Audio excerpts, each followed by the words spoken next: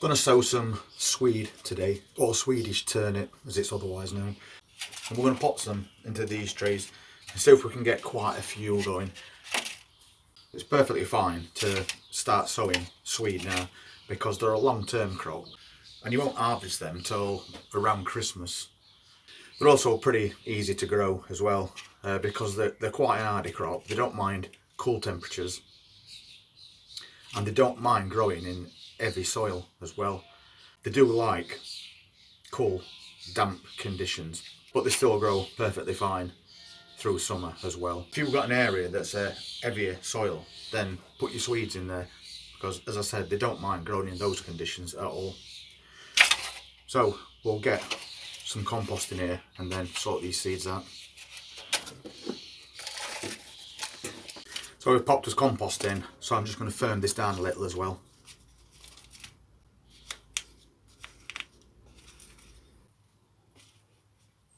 Now I'll just top it back up again.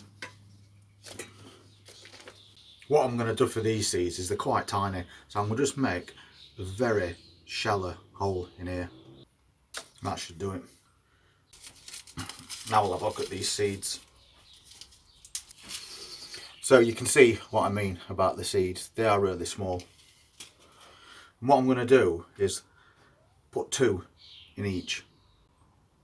Just in the event that one doesn't germinate, then hopefully the other will. So I'm not really wasting much time.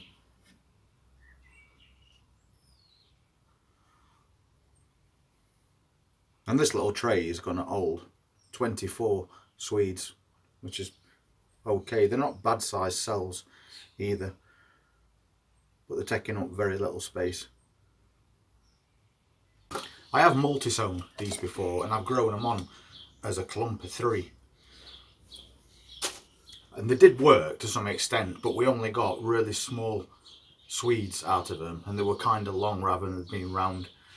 So this year I'm going to opt for the one plant at a time because I want to get a big size Swede so I can store them, because there's no nicer than boiling up your little chunks of Swede and then mashing them with butter and pepper, or adding them to mashed potatoes as well.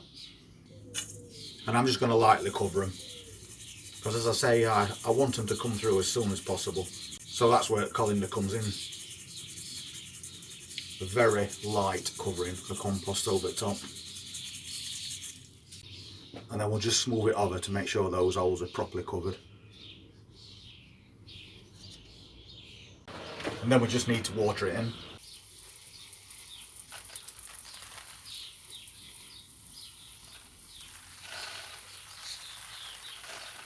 Then we just need to pop the label in it.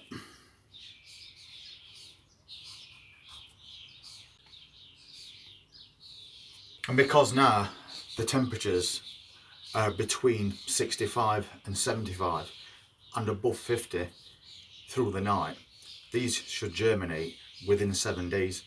And then we've got that choice to make whether we want to actually put 2 together in the ground or just nip one off and keep the strongest seedling and plant them as single ones. And I think this year, as I said, I'm going to do that. I'm going to plant the single ones to get bigger harvests. So we'll just pop these on shelf and wait for them to germinate. I'll show you how the plants are getting on in the other greenhouse that we only actually put in there about a week ago. But with this weather being like it is, it's surprising just how much they've grown. So if you remember, we put these bunches of spring onions in, and with the multi-sown white Lisbons basically, and these started to come up quite well. They was pretty small when we put them in. And then we've got these chilli plants which are already trying to flower and grow chilies.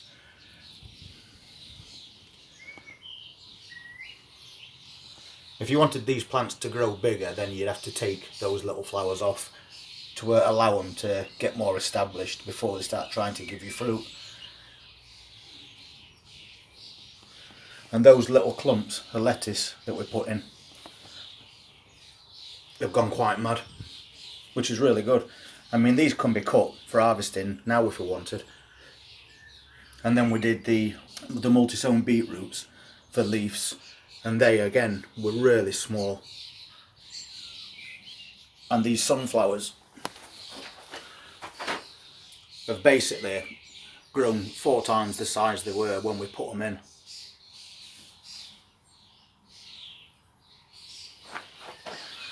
And then there's this outdoor girl tomato plant. It's really shot up, it's getting some really big leaves on it, and it's starting to try and grow a flower as well. But that's got to a real good size in just a week.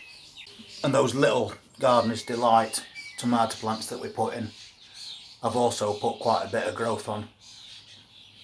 So I have the oak leaf green lettuces.